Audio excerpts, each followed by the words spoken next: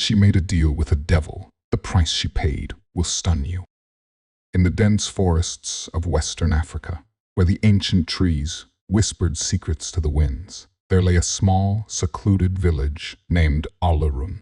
This village was known for its traditions and its deep connection to the spiritual realm. Among the villagers was Adanna, a young woman with striking eyes that seemed to hold the weight of 1,000 unspoken stories. Adanna had grown up under the shadow of hardship. Her parents had died when she was a child, leaving her to fend for herself. She was resilient and resourceful, but life in Olorun was unforgiving. The villagers, though kind in their way, often whispered about Adanna. They said she was cursed, that misfortune followed her like a shadow. One fateful season, the rains failed to come. The crops withered, the rivers dried, and the people of Olorun faced starvation. The elders gathered to seek guidance from the spirits, but their prayers were met with silence. Desperate to save the village and herself, Adanna made a decision that would change her life forever. The Forbidden Forest. One moonless night, Adanna ventured into the Forbidden Forest, a place no villager dared to go. The forest was said to be the dwelling of Ayélokun, an ancient spirit who granted wishes but always at a terrible cost. The stories of Ayélokun were chilling. Farmers who sought wealth but lost their families. Warriors who became invincible but were cursed to live in isolation. Adanna's heart pounded as she stepped deeper into the woods. The air grew colder, and the sound of her footsteps swallowed by an eerie silence. Finally, she reached a clearing where a gnarled, ancient tree stood, its roots twisting like serpents. "Who dares disturb my rest?" A voice rumbled from the shadows, deep and resonant, as though the earth itself were speaking. Adanna clenched her fists, summoning her courage. "I am Adanna of Olorun," she said, her voice trembling. "I seek your help, Ayélokun. My village is dying. I need rain to save our people." From the darkness emerged a figure cloaked in shadows. Its form shifted constantly, as if it were made of smoke and fire. Two glowing eyes bore into her, and a mouth curled into a sinister smile. "The rain you seek, I can give," Ayélokun said, its voice like 1,000 whispers. "But every wish has a price. Are you willing to pay it?" Adanna nodded, desperation overriding caution. "I'll do anything." Ayélokun's grin widened. "Then it is done. You shall have your rain." Before she could ask what the price would be, Ayélokun vanished, leaving behind only the faint scent of sulfur. The rain comes.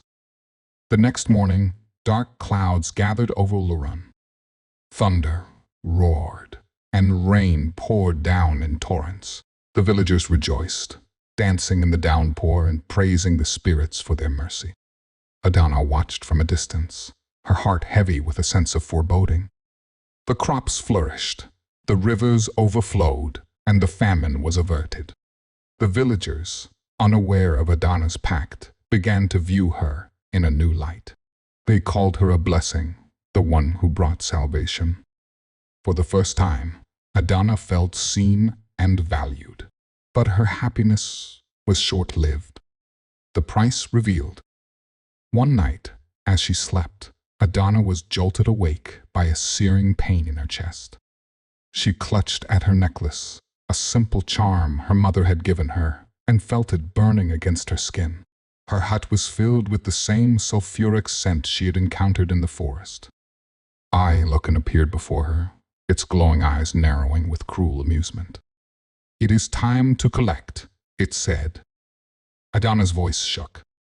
"What do you mean? What is the price?" Ayélokun chuckled, a sound that chilled her to the bone. "Your soul is mine, Adanna. But fear not, you shall live. You will walk among the living, but you will never belong to them again." Before she could protest, Ayélokun vanished, leaving Adanna trembling and alone. The changes began immediately. Her reflection in the river showed her eyes glowing faintly in the dark. Her shadow twisted unnaturally, moving even when she stood still. Animals recoiled from her, and the villagers began to whisper once more. The curse unfolds. Soon, the villagers noticed strange occurrences. Livestock died mysteriously, crops rotted overnight, and the river began to run red at dusk. Adanna became the target of their fears and anger.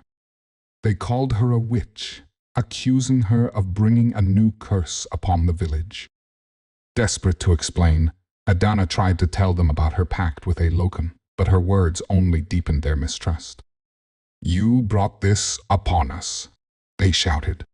"You made a deal with the devil." Banished from Olorun, Adanna wandered the land, her heart heavy with guilt and despair. Everywhere she went, misfortune followed. People avoided her, afraid of the strange aura that surrounded her. A reckoning.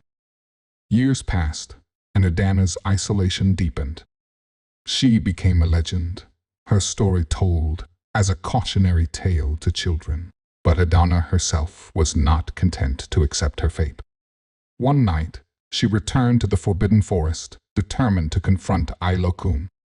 "You tricked me," she screamed into the darkness.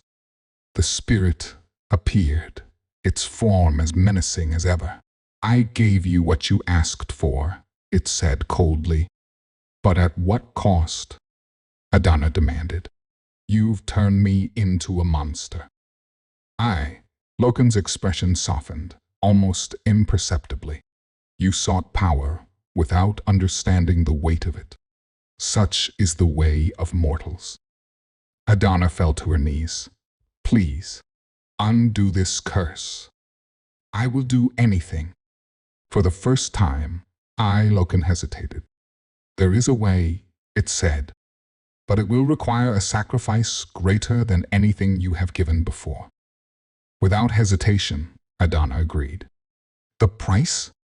Her very existence. In a final act of selflessness, Adanna gave up her life to restore balance to the world she had unwittingly thrown into chaos. The villagers of Olorun awoke to find their land healed and their fears eased.